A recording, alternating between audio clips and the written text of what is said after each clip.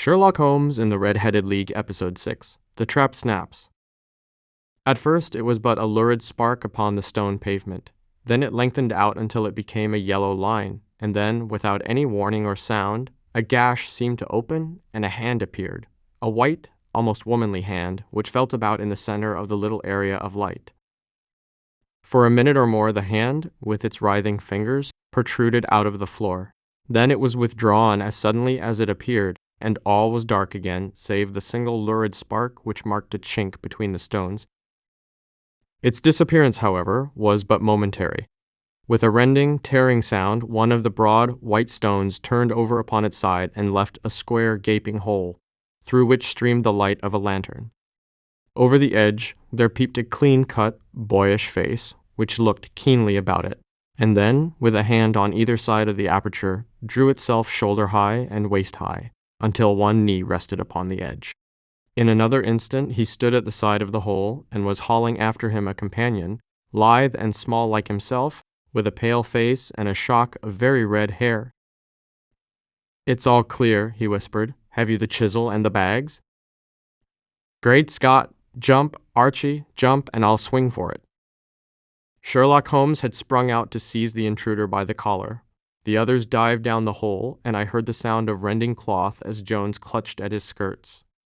The light flashed upon the barrel of a revolver, but Holmes' hunting crop came down on the man's wrist, and the pistol clinked upon the stone floor. "It's no use, John Clay," said Holmes blandly.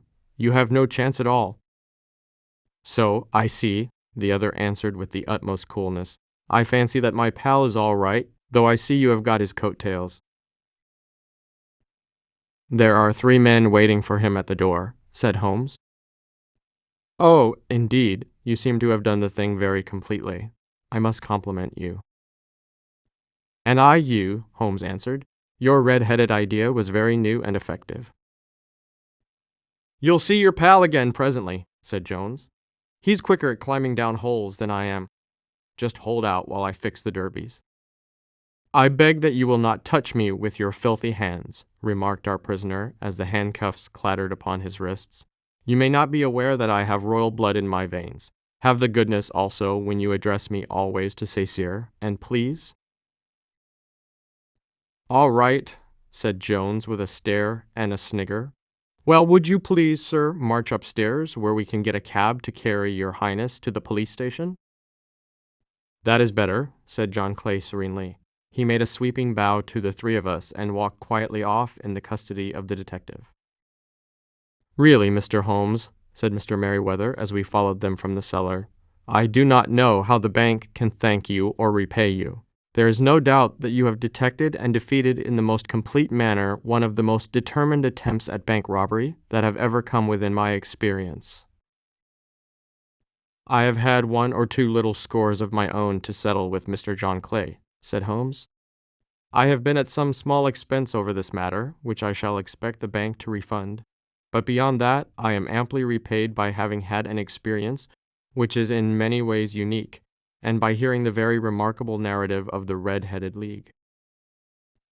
You see, Watson," he explained in the early hours of the morning as we sat over a glass of whiskey and soda in Baker Street, "it was perfectly obvious from the first that the only possible object of this rather fantastic business of the advertisement of the League and the copying of the encyclopedia must be to get this not over-bright pawnbroker out of the way for a number of hours every day. It was a curious way of managing it, but really it would be difficult to suggest a better.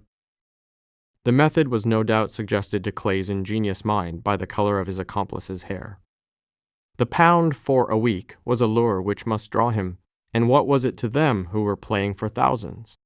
They put in the advertisement, one rogue has the temporary office, the other rogue incites the man to apply for it, and together they manage to secure his absence every morning in the week. From the time that I heard of the assistant having come for half wages, it was obvious to me that he had some strong motive for securing the situation. But how could you guess what the motive was? Had there been women in the house, I should have suspected a mere vulgar intrigue. That, however, was out of the question. The man's business was a small one, and there was nothing in his house which could account for such elaborate preparations and such an expenditure as they were at. It must, then, be something out of the house. What could it be? I thought of the assistant's fondness for photography and his trick of vanishing into the cellar. The cellar! There was the end of this tangled clue. Then I made inquiries as to this mysterious assistant and found that I had to deal with one of the coolest and most daring criminals in London. He was doing something in the cellar, something which took many hours a day for months on end. What could it be, once more? I could think of nothing, save that he was running a tunnel to some other building.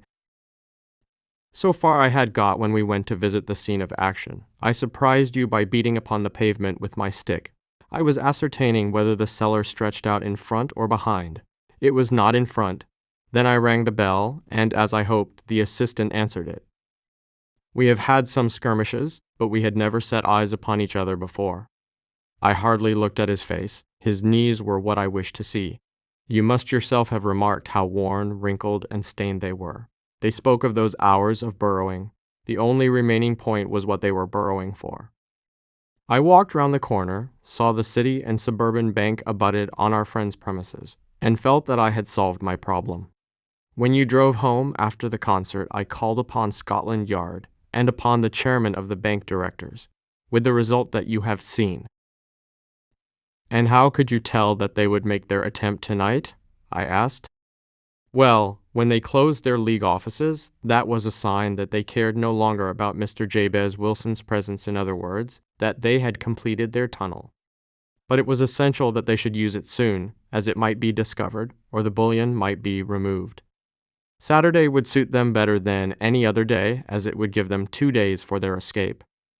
For all these reasons, I expected them to come tonight. You reasoned it out beautifully, I exclaimed in unfeigned admiration. It is so long a chain, and yet every link rings true. It saved me from ennui, he answered, yawning. Alas! I already feel it closing in upon me. My life is spent in one long effort to escape from the commonplaces of existence. These little problems help me to do so. And you are a benefactor of the race? Said I. He shrugged his shoulders. Well, perhaps, after all, it is of some little use, he remarked. L'homme c'est rien le lover c'est tout, as Gustave Flaubert wrote to George Sand.